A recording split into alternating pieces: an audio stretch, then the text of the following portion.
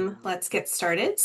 Welcome to today's webinar, the Foodtech Angle on GLP-1s. I'm Lavina Gully. I am the National Senior Innovation Director here at CFIN. So today we're going to have a presentation and also a panel discussion to discuss how GLP-1s are opening up a new category of food science and what Canadian manufacturers, ingredient innovators, and CPG companies should do next.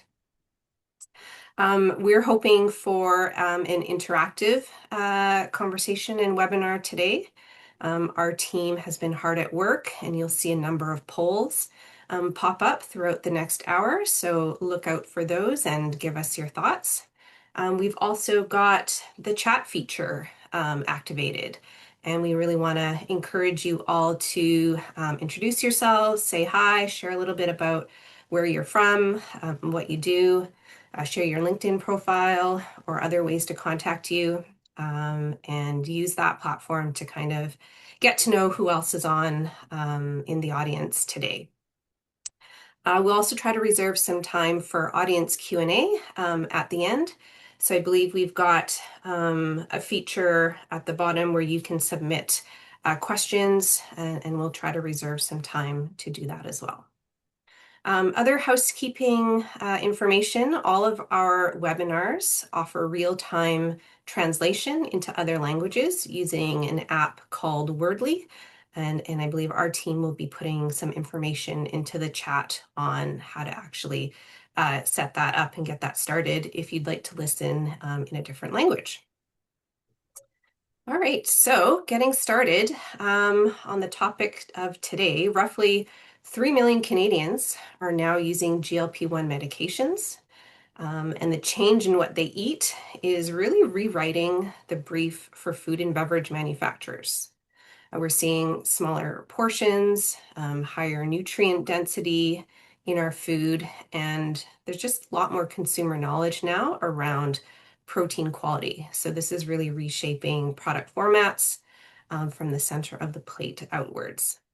So today's conversation is attempting to move past some of these headlines and really focus in on operational and commercial questions.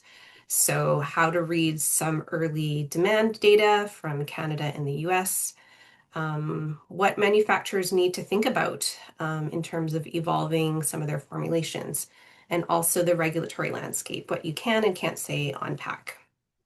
We also have a bit of a discussion around this concept of companion foods, which is a new term now related to GLP-1s. We'll just go through some quick introductions of our guests today. So joining us, we have Nick Gibson. So Nick has been with NielsenIQ for over 10 years, where he's worked with brands, retailers, governments, and universities to uncover the trends shaping the future of health and wellness. Through innovative data and consumer insights, he helps organizations better understand what today's shoppers want and how the food industry can respond. Also joining us is Sean Lacoursiere, who is the Chief Innovation Officer at Maia Farms. Sean brings a unique combination of expertise in biotech, AI, fermentation, and alternative proteins, and is helping shape the future of sustainable food systems through innovative mushroom-based ingredients and emerging technologies. And finally, please welcome Sonia Parmar. Sonia is the Vice President of Regulatory Affairs and Government Relations at the Canadian Health Food Association, or CHFA, where she advocates for Canada's natural, organic, and wellness products industries. With more than 15 years of experience at Health Canada and leadership roles at the Treasury Board of Canada Secretariat, Sonia brings deep expertise in regulatory policy, government relations, and the evolving regulatory landscape impacting our food, health, and consumer products. So welcome, the three of you. We're going to actually start today's session with some data from Nick. Nick, I'll hand it over to you.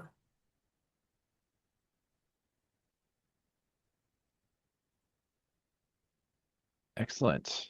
Okay, so I think the slide should be up there now. Yep.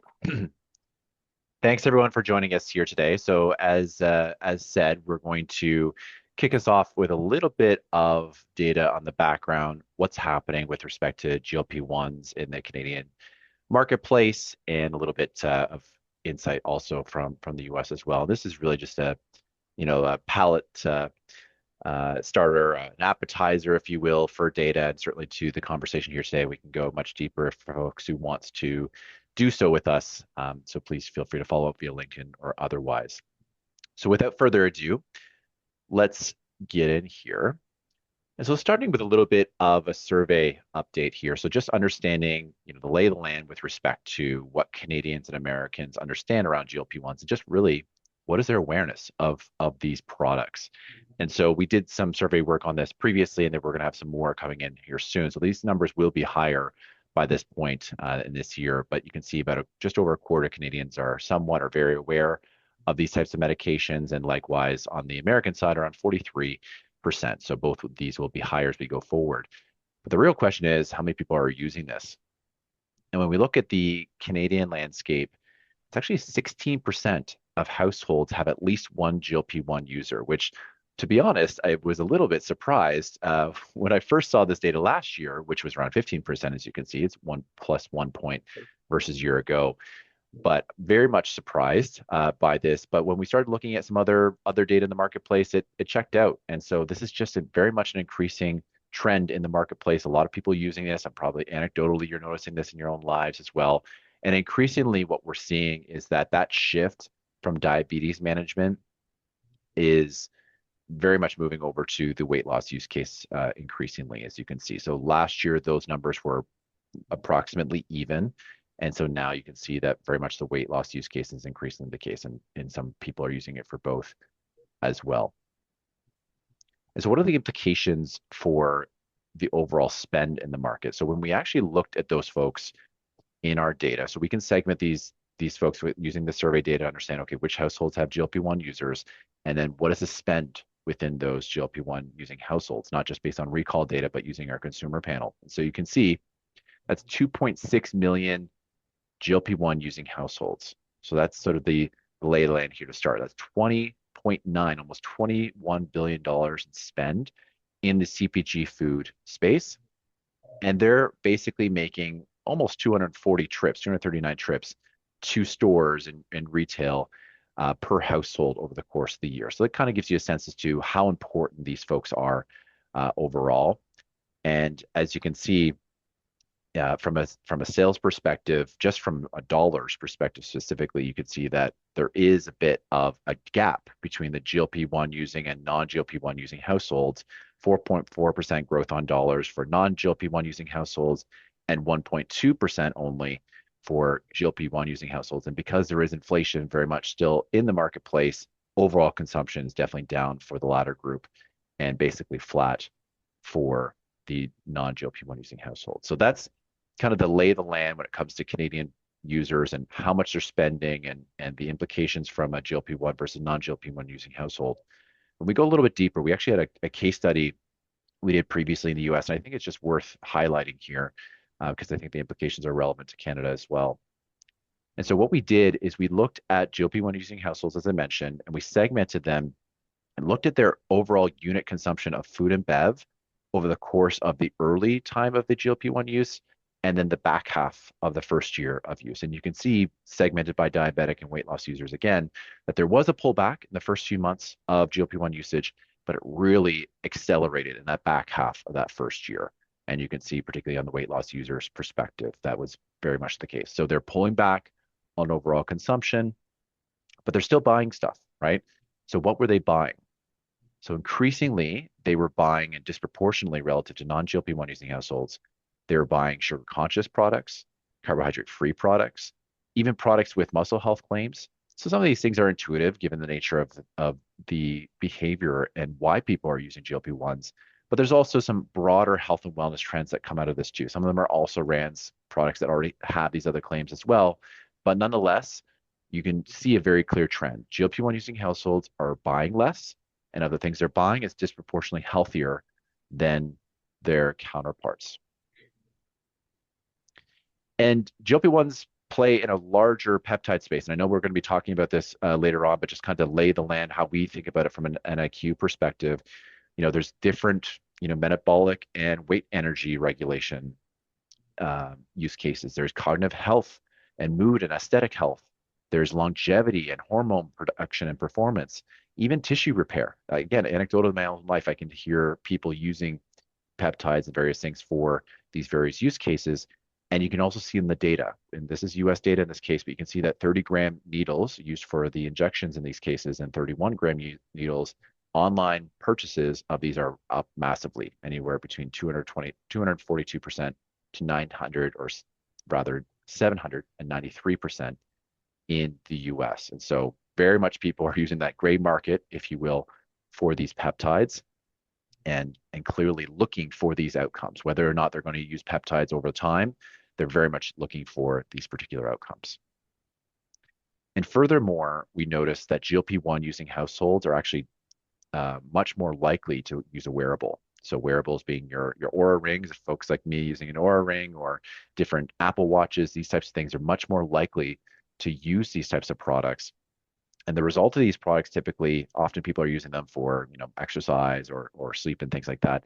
But there's broader kind of a domino set of effects here as well when it comes to water consumption, protein consumption, stuff like that for people in general. But that also includes the GLP-1 users. And so again, lots of things that we could cover here today, and we'll talk a little bit about more of it in the panel discussion, of course. Other things we're keeping an eye on, and what makes some of this interesting but also complex to track. Obviously, more users coming on board as we go. You saw that the survey data were up at least 1 point when it comes to GLP-1 using households versus a year ago. There's a lot of people using GLP-1s on a temporary basis, cycling on and off of them, particularly for specific situations, say like a wedding or other things. There's the concept of microdosing out there. There's GLP-1 alternatives, folks using things like berberine, which are not, exact alternatives, but nonetheless, people using products like that as well. Access to pills rather than needles, like that's going to change the dynamics as well.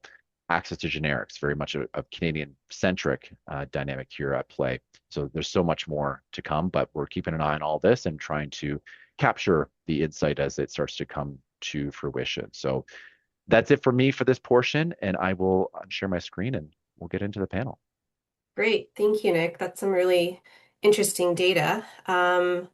Why don't we give you an opportunity maybe to kind of dive a little bit deeper and share some of your thoughts on a few things from your slide. So it's obviously clear that GLP-1 is changing food consumption versus the non-medicated group. So how does this contribute to the overall shift we're seeing here within the industry? Yeah, so I think there's two things at play here, right? So there's the kind of the health and wellness broadly, what's going on in health and wellness. There's also just the general dynamics in this space. And for folks who have seen some of our other NIQ reports and presentations of late, you'll notice that the overall market is more or less flat on consumption in the market. There's some inflationary growth, but generally speaking, relatively flat. So I'll talk about the economics here first. So certainly the consumer is under pressure from an economic perspective. That is very true. Not all consumers, but a large portion of consumers, and there's a lot of very cautious consumers out there. And so that is contributing to flat growth overall in grocery and a pullback from other places like food service and things like that. So economics is definitely at play. But as you can see, just do the math here, right? We saw in the previous section of my slides that non-GLP-1 using households, there's about a 3 point gap in growth on dollars between the GLP-1 using and the non-GLP-1 using households. And now we're up to 16% of households that are using GLP-1s, right? So as that number starts to increase, it's already a material contribution to the overall flatness and even declines in overall grocery. And that's only going to contribute more and more over time. So that's on the kind of the economic contribution and flatness in the market. When we think about wellness, certainly, again, it's going to be a big contributor. We saw that case study I mentioned that people are pulling back from overall consumption of food, but they're buying disproportionately more healthy food. Protein would be part of that, the sugar consciousness that we talked about as well. But there's other dynamics at play. Folks know the front of pack labels that are very much in the market now as of January 1st of this year. And so there's a few different things at play. Definitely other people that are not using GLP-1s, but are still trying to find ways to be healthier, to lose weight, to manage weight, people using natural alternatives. So it's a big contributor, an increasing contributor, but there is a lot of other dynamics at play, and we can definitely tease those out in our data. But we're noticing GLP-1 is definitely a major factor, and it's hard to miss out there. Great. Yeah, I think that's really helpful to understand kind of what's happening on the consumer side in their daily lives and kind of what's influencing some of their behavior. Sean, let's kind of jump over to you. We'd love to hear kind of with that in mind and that understanding of what's happening out with the consumer. Um, how should manufacturers kind of think about this? I think one of the biggest concerns with GLP-1 is that when you're on this medication, you have the potential to lose muscle, not just fat. So I think questions around protein quality, not just quantity, are top of mind. And I know you've got some data that shows your mycoprotein digests like animal protein. Um, is that distinction important? And is that something that you think buyers need to understand? Yeah, these are great questions there, Lavina. I kind of want you to take a little bit of a step back and kind of just talk to the audience a second on, we're talking, GLP-1, all this kind of stuff, but I kind of want to just maybe give a brief overview, like what are GLP-1s? What does it mean to actually be like a GLP-1 receptor agonist, which is actually a little bit different. So GLP-1, glucagon-like peptide 1, so as Nick was saying, it's a peptide. It's naturally developed in your body, and it's one of like a key molecules that helps with understanding like satiety. So every time you eat, these molecules are released and they will bind to the receptor, which kind of triggers the chemical messenger, that really just shows like, hey, you're satisfied, you're good, you don't need to eat anymore. But the thing is, in like a naturally occurring system, GLP-1 only lasts for maybe a minute or two before it's degraded. But then when you get on these GLP-1 receptor agonists, like the semaglutides, those Ozempics, they're slightly modified. And so they actually will last in our system for like weeks, why you only need to get the weekly injection. So what they can do is they can bind to these receptors and kind of just stay in the system. So you're kind of always getting this like, I'm satisfied, kind of signal in your brain. So when it kind of comes to this, now you start looking at people who go, okay, now you're just kind of satisfied with, if you're not feeling hungry. And then what ends up starting to happen is people just start eating less, basically, right? The meal frequency starts to decrease. And when you start to do that, now what ends up happening is the purpose or the point of eating meals now becomes almost even more important because if you're going from, eating 5 meals a day, snacks included, down to 1 or 2, it's like, well, how do you still get all the nutrition, all the calories, all the protein and macronutrients you need, in those kind of 2 meals? And so what we're kind of finding too with, protein is kind of the big concept here that everyone seems to love to talk about. It's a, key macronutrient that we need to be consuming. But if we're now not wanting to eat as much, we're becoming satisfied even faster with any food we're eating, do need to start focusing on, that high quality, high digestible protein material.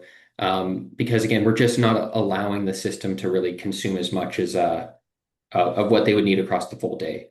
Um, and so, for example, if we're eating something like I think like casein is kind of the gold standard in terms of digestibility. It's like a 1.0 on the PDCAAS scale. And so when you eat that, you're really just getting protein. Like there's not a lot of extra, nutrients or things like that. But let's say you start eating something like a steak. There's still a lot of protein, but you're also getting a lot of like extra fats. You're also getting a lot of extra like, cholesterol and all these extra calories. And so if now we're trying to say like, hey, you need to eat so many grams of protein, but you can only eat so many calories at a time. Now, like that nutrient density and specificity starts to become really important. So yeah, what we're finding again with our, why we like the mushroom protein and the mycelium is it also has a fairly high PDCAAS. And so it kind of has the chew and taste and texture that, meat would have. But you're not getting the additional saturated fat. You're not getting these additional calories. And so when you are eating food, it's more protein per calorie versus, these other types of protein sources.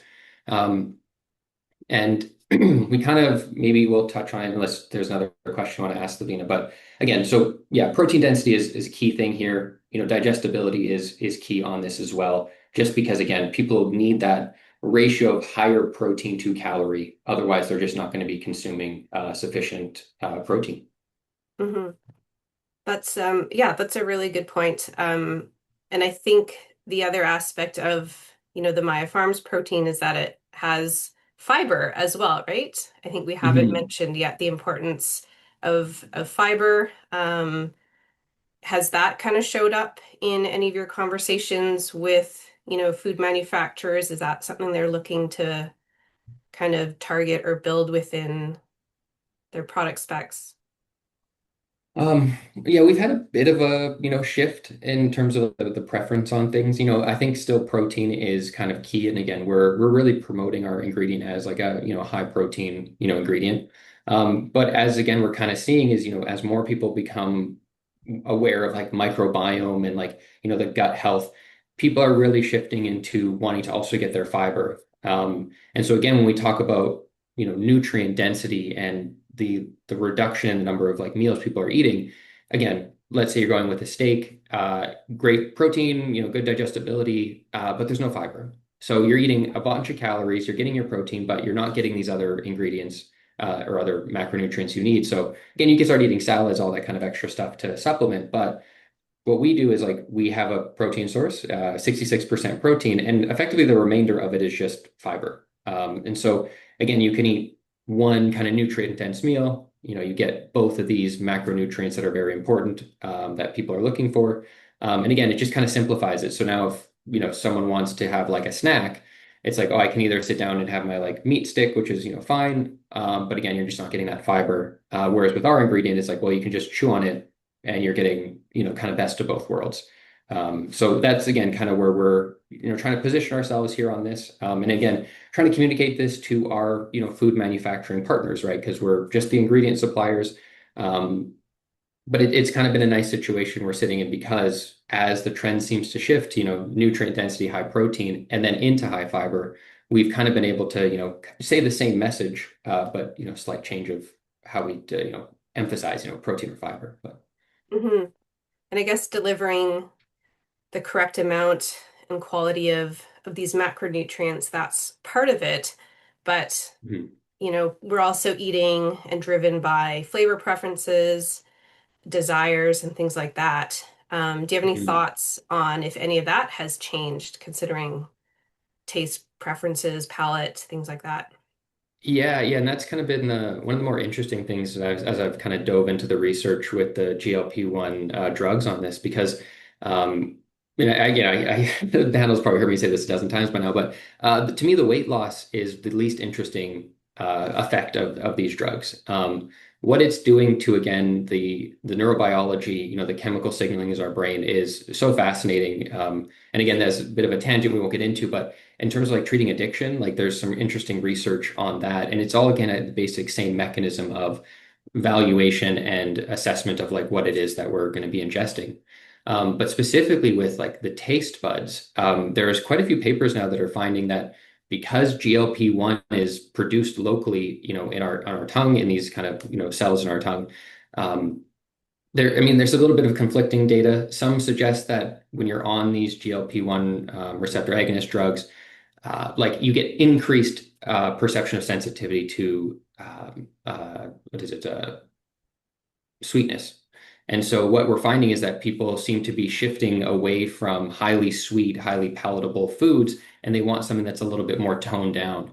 But a recent study I was actually just reviewing this morning was finding that it almost seems that the people who are on these drugs, they have basically like an entirely blunted taste perception profile. And so when we start talking to, food manufacturers about what's going on, it's like, if you're going to the hyper palatable like high sugar high fat, you're already getting in trouble with like the front of package labeling now that you have to put this big splotch on your nice marketing and brand.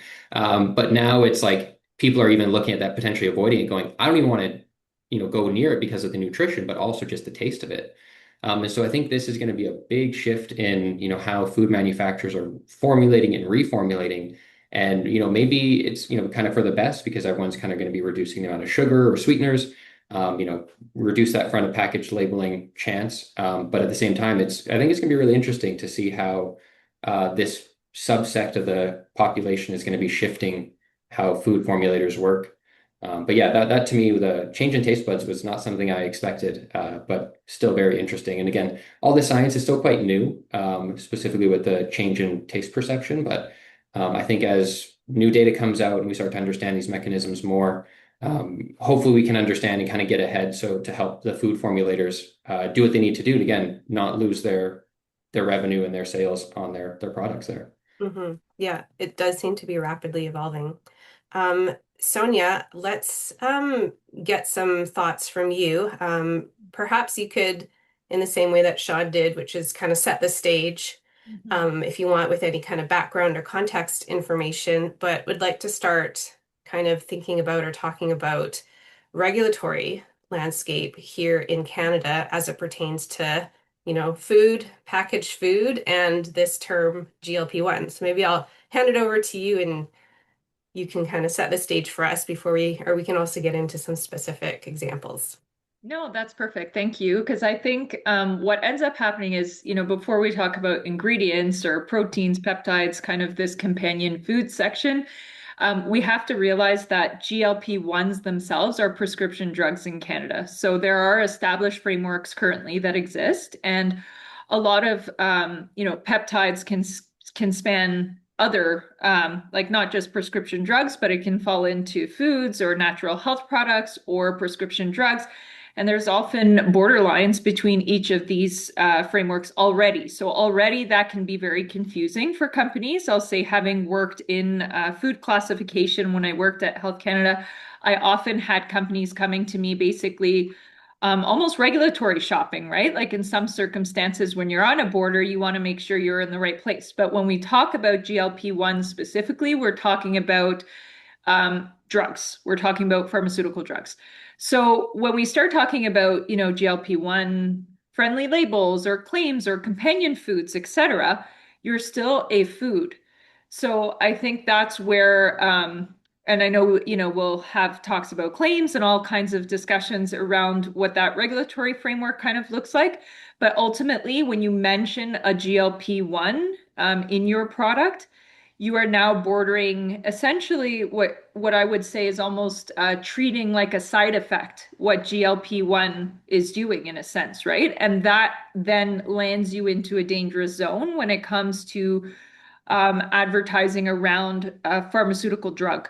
So I think at this point, Health Canada, CFIA, like depending on what your claims are, depending what you're putting out there, there could be, different regulatory tools that are used, different actions that are potentially taken. And so companies really do have to be careful around what they're saying because of the fact that GLP-1s are pharmaceutical drugs. And so if you're making any kind of inference that you're treating in some way, like a side effect of a GLP-1, you are entering into a dangerous territory with respect to compliance. That's really good. So the side effect being the decreased appetite and desire for smaller portions, and maybe some of these nutritional needs could be viewed as a side effect of being on the drug themselves. So that's Exactly. really a good reminder, a good point. We are, I think, seeing out in the market in certain countries like the US and UK, there have been products entering the market that are stating on pack like GLP-1 friendly, for example. I think we've seen examples from Conagra, Nestle's, and Morrison's.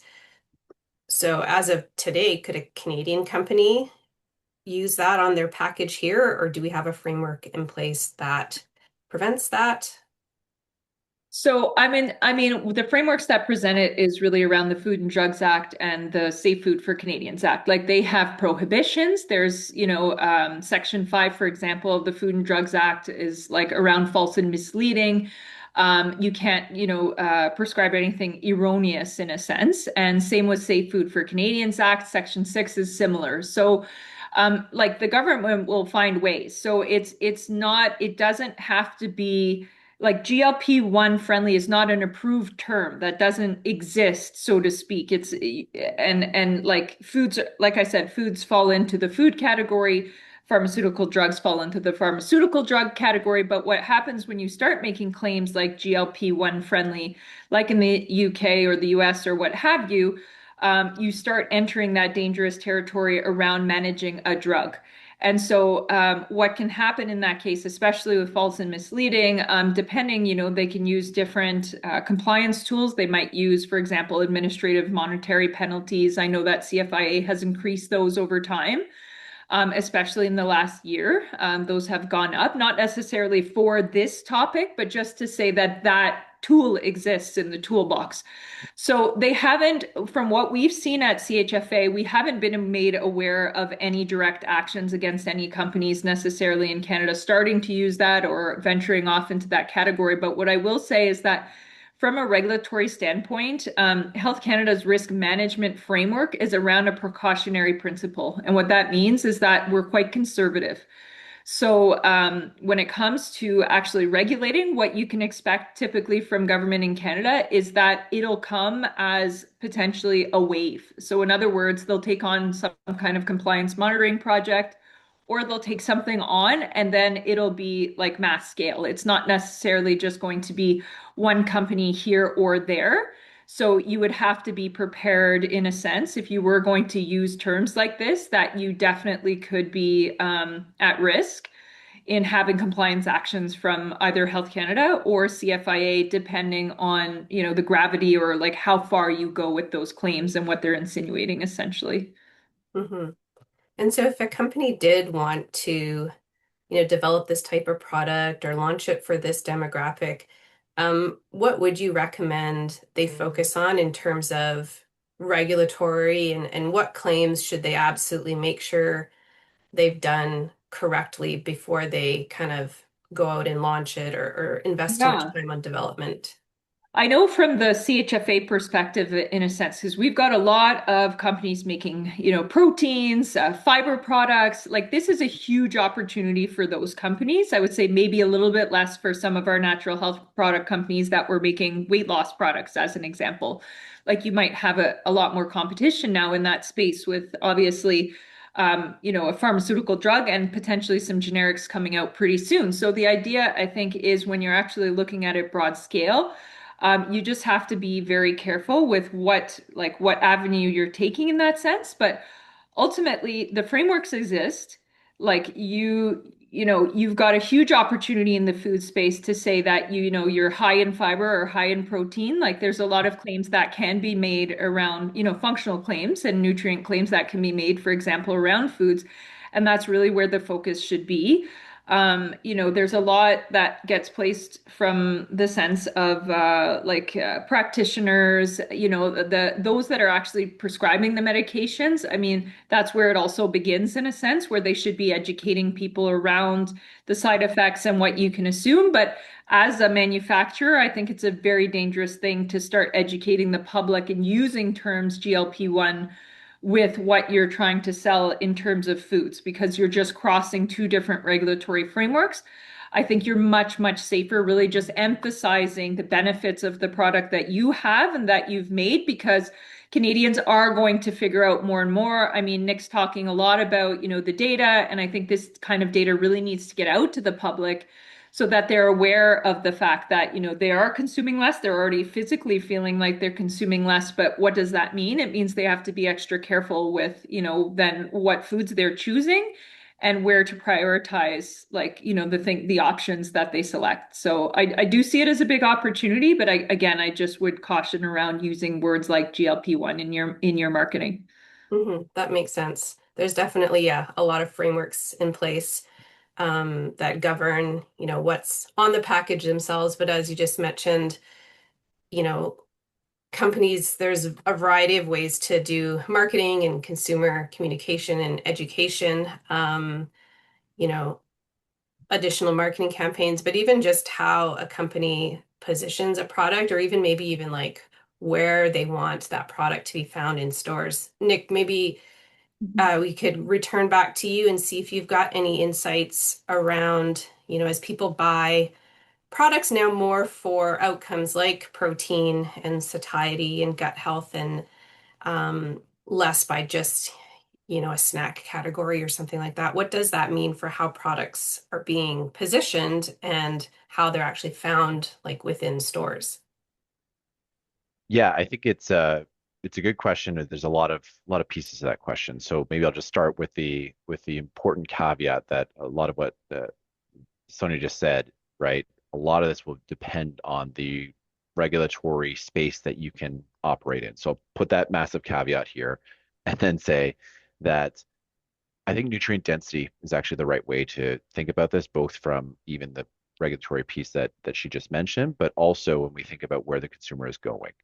So didn't mention this in our upfront slides, but one of the things that we've been seeing and we've been noticing in the marketplace is sort of this moving of trends with respect to how people look at health and wellness. So for a long time, it was around removing certain things, removing sugar, removing additives, that sort of thing, right? So pulling things out.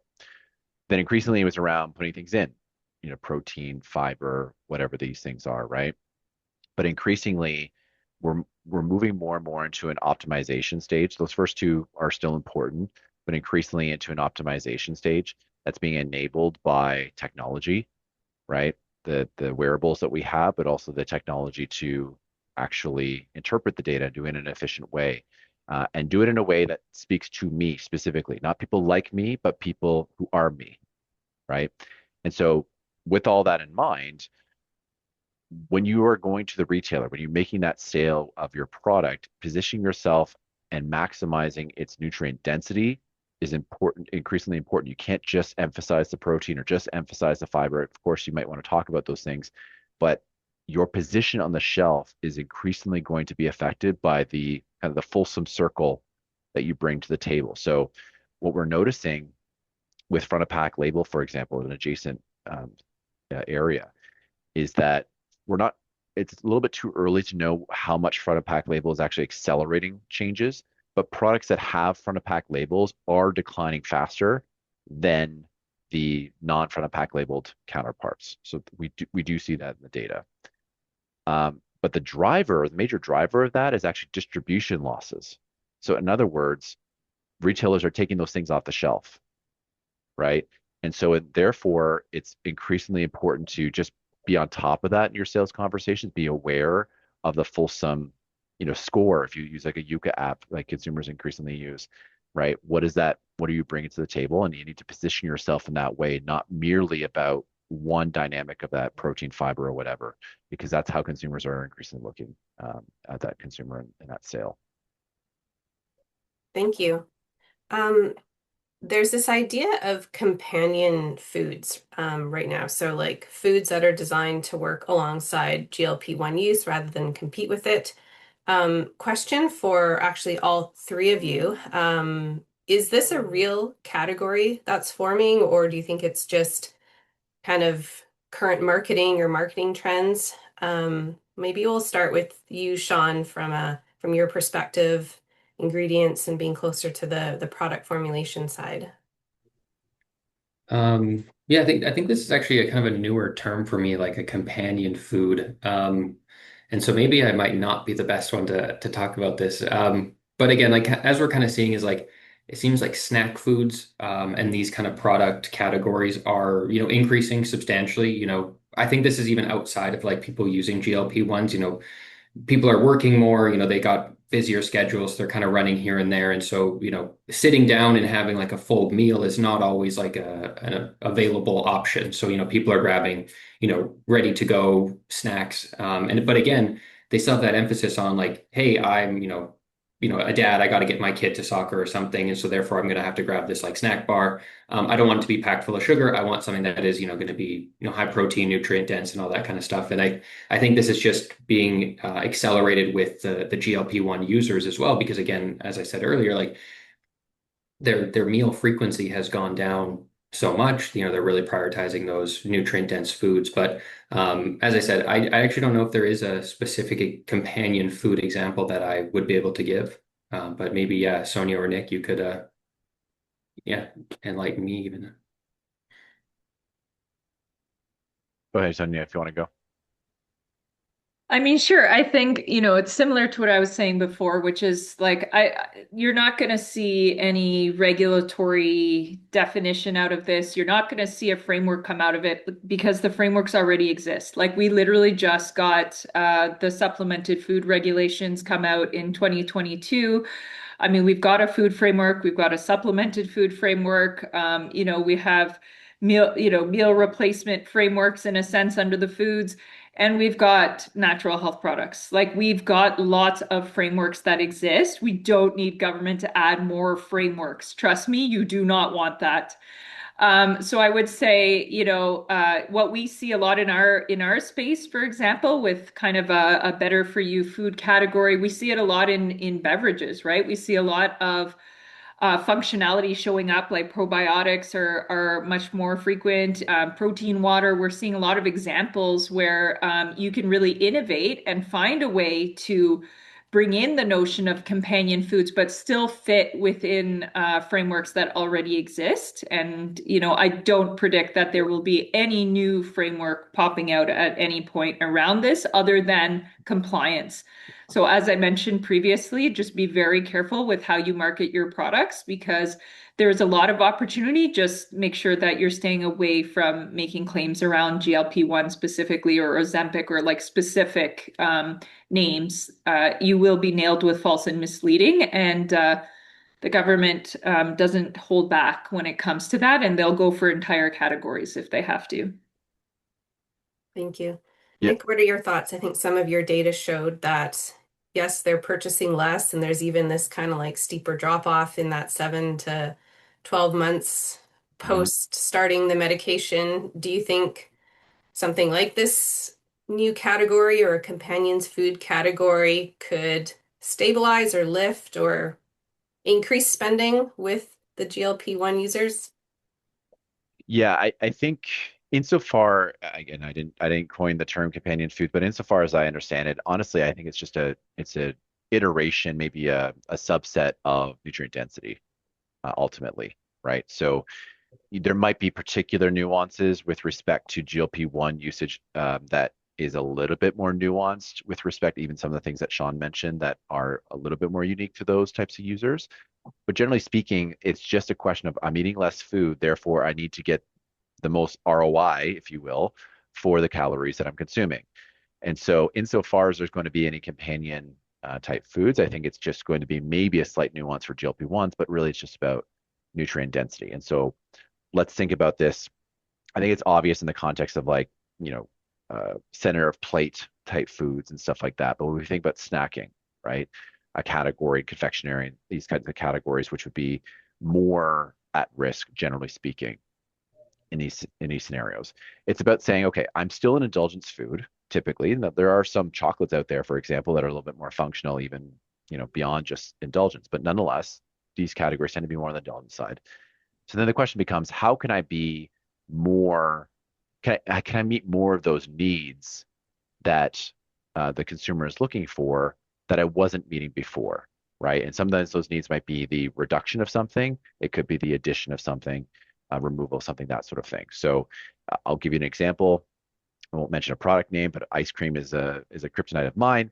And so when I'm looking for ice cream, I'm trying to avoid, a bunch of other, stuff. I could use other words, colorful words, but other stuff in the ingredients list for an ice cream, right? But that's still meeting my indulgence need. And so likewise, I think a lot of people are going to be looking for that as well. So I think it's just insofar as companion foods is going to be a trend that is going to move forward in a robust way. It's just going to be another word for nutrient density, unless there's going to be particular scenarios and particular needs for GLP-1 users specifically. Perfect. Thank you. Just being mindful of time, we've actually got quite a lot of audience questions here. So I'm actually going to hand it over to my colleague Jess, I think, who will kind of help convey some of these questions out to the panel. Yeah, great. Thanks, Lavina. Um, so I think one of the questions here for Sean would be, what key questions do the panelists recommend procurement and R&D teams ask ingredient companies when they're looking for new ingredients that can help them create products that will meet the needs of GLP-1 users? Yeah, no, that's a great question. Thank you, anonymous attendee.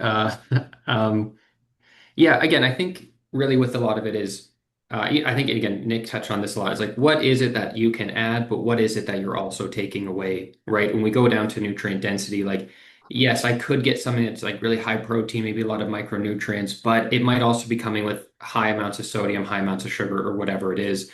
And so, I think in their mind, if they're making that judgment, it's like, well, it might be kind of a neutral like decision on that. But if you can go and start to ask, ingredient companies like, what kind of protein boost can I get? What kind of fiber boost can I get? Like what kind of taste and texture? Because again, if the palate is starting to change with these individuals, the kind of common playbook of just more salt, more sugar, more fat might not really even be working anymore, where now they might be leading into more of like umami and savory to kind of help balance this. So um, I think those would be some of the questions I would be asking.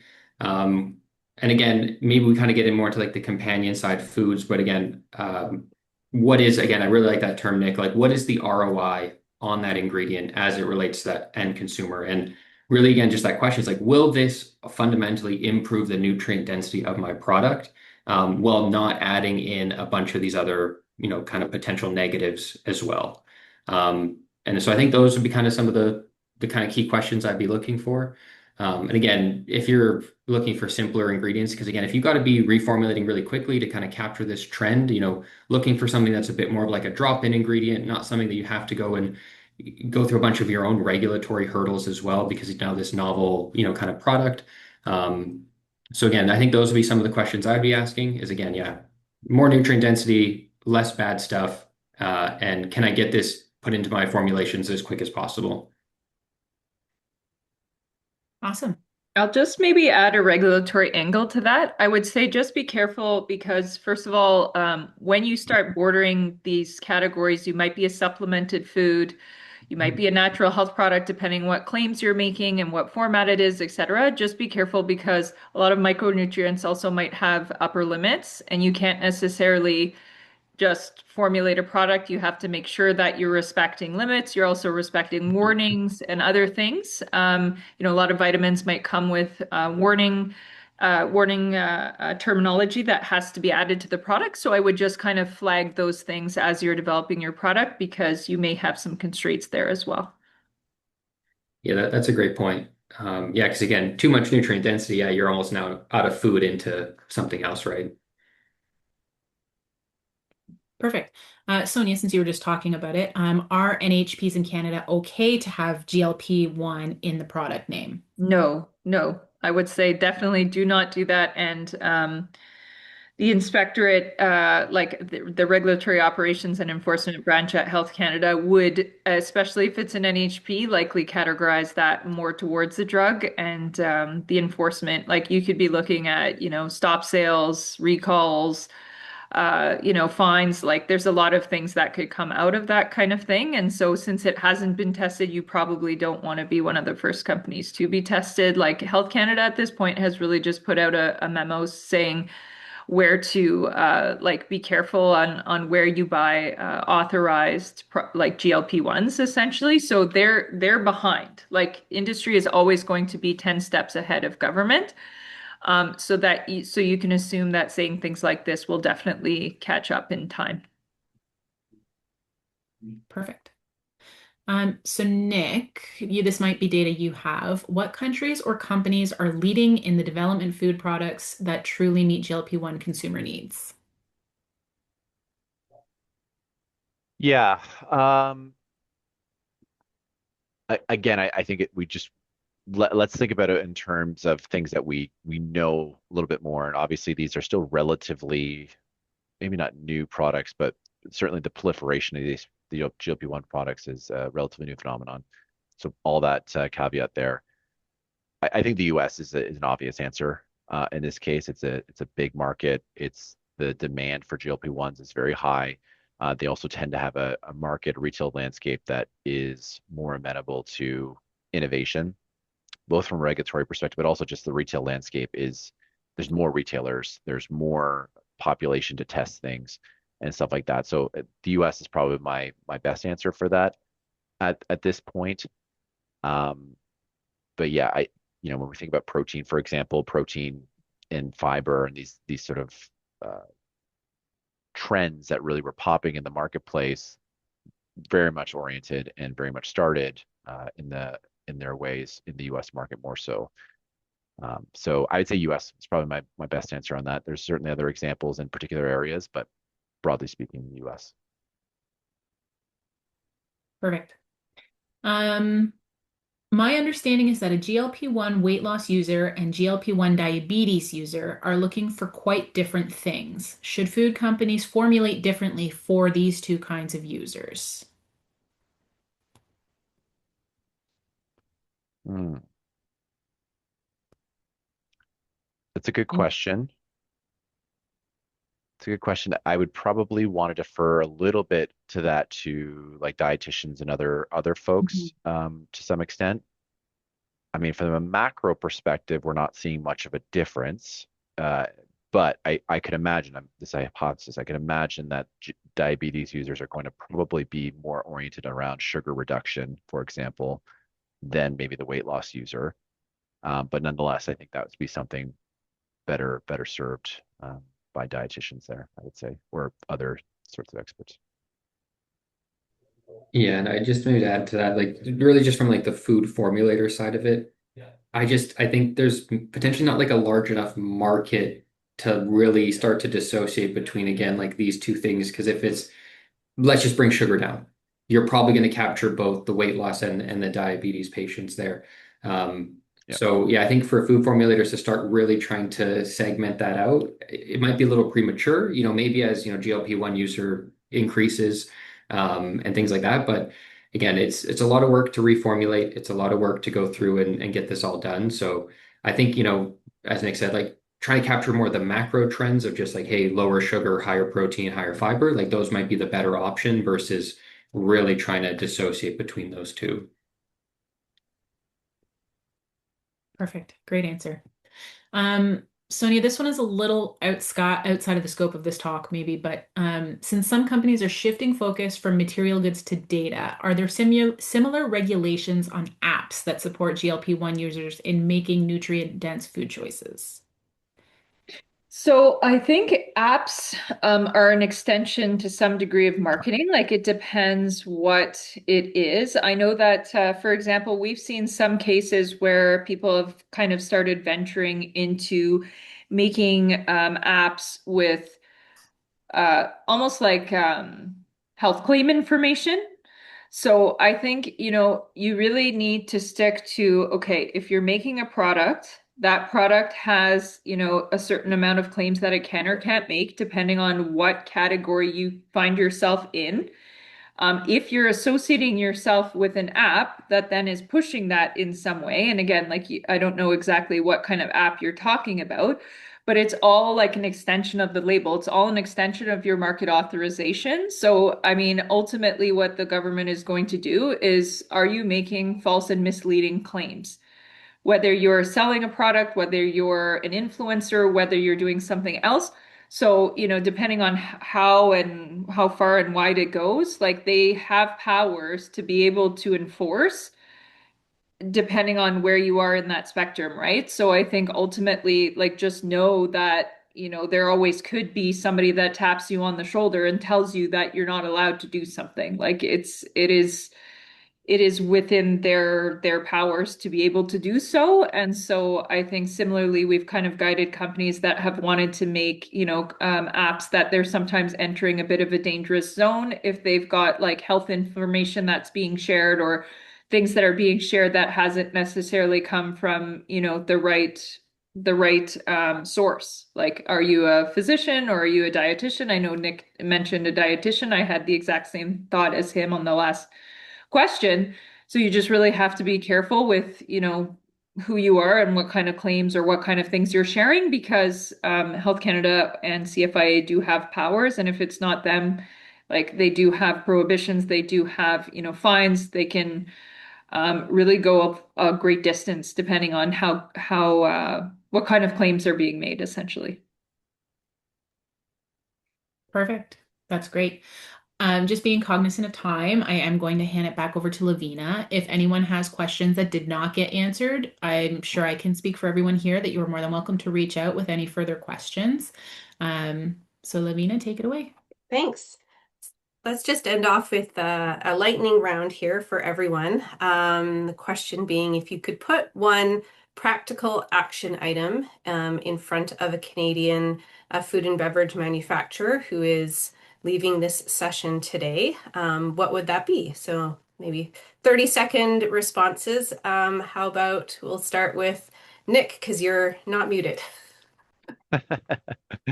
Yeah, honestly, I'm a little bit of a broken record, but I think the practical thing is more of on a strategy front, right? So thinking about nutrient density, nutrient density, nutrient density, with the caveat being like, what is your, if we want to use another term, the Christensen's jobs to be done? Like, what is your job to be done as a product, and can you maximize nutrient density within that context? So if you're a snacking product or indulgence product, it's going to be different than a cereal product, obviously, right?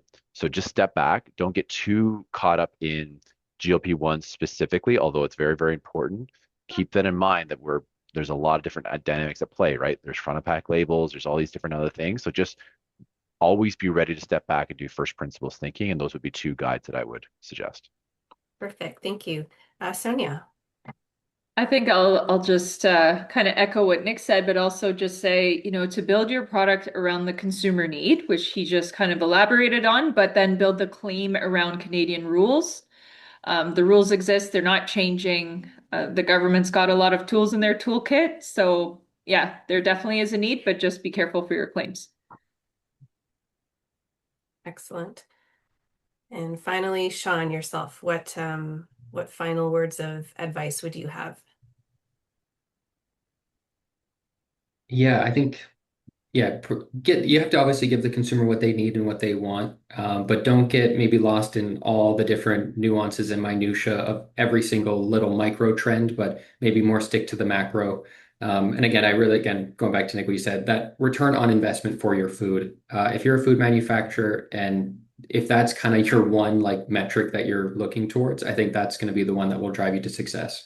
And again, as you said, if it's this indulgence, if this is health, like what's that real big return that you can get and provide to the consumer? Excellent. Thank you. Well, I feel like we've had a really good, insightful discussion. I'm so glad for the three of you to join us, bringing perspectives from three unique angles and ways at looking at this GLP-1 topic. So again, thank you so much for joining. Thank you to the audience for being here as well and asking all of these insightful questions. Please do connect with our panelists after, continue the discussion, make more connections. That's often very helpful to do. And yeah, finally, I think there will be one last poll that our team will put up, which is for an upcoming webinar, which is a members' choice webinar. So we're interested to know what you'd like to hear and what you'd like for us to cover during that next webinar. And if you're not a CFIN member, we welcome you to join. We'll be putting the link in the chat and encourage you to kind of join and learn about what our membership offers, connect with more subject matter experts like the three that we had today. So with that, I think we'll wrap up, and thanks everyone, and I'll see you for our next webinar. Thanks, everyone. Yeah, thank you, everyone.